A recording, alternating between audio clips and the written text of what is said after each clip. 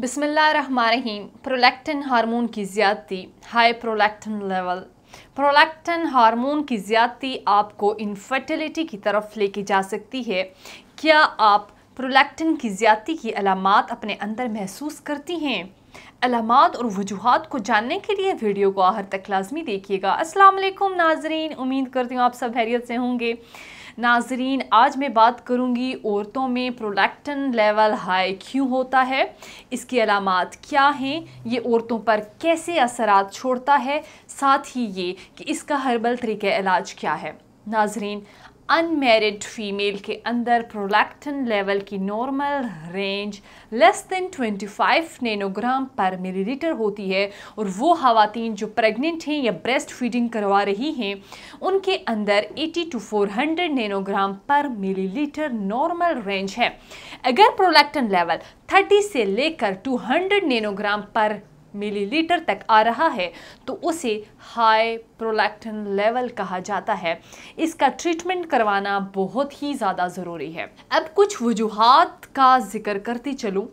ख़वातीन जिनको polycystic ovarian syndrome का प्रॉब्लम हो उनमें भी प्रोलैक्टिन लेवल हाई हो जाता है। बहुत ज़्यादा स्ट्रेस लेने की वजह से भी प्रोलैक्टिन लेवल हाई हो जाता है।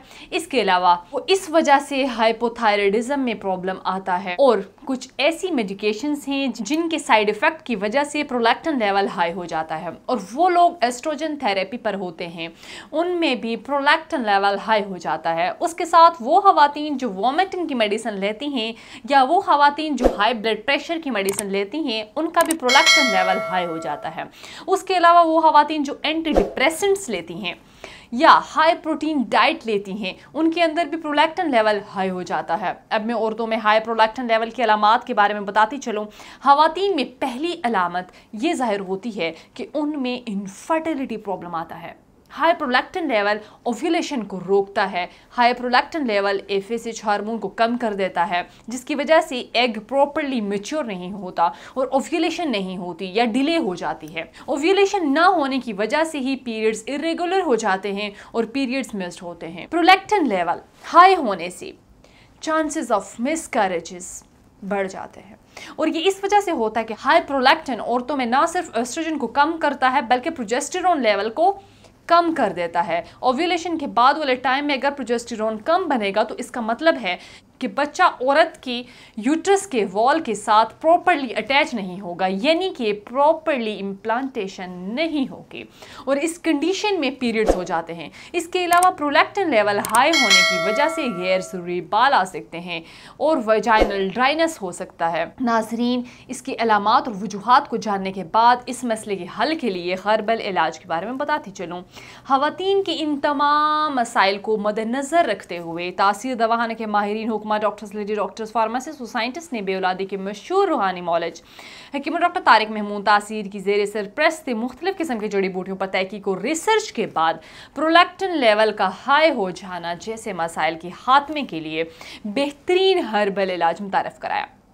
तासीर दवाखाना का हर्बल इलाज हर तरह साइड इफ़ेक्ट से पाक मुकम्मल तौर पर कुदरती है। इस इलाज में इन तमाम अद्वियात को शामिल किया गया है जो प्रोलैक्टिन लेवल की बढ़ी हुई मिकदार को कंट्रोल करके उसे नॉर्मल रखता है।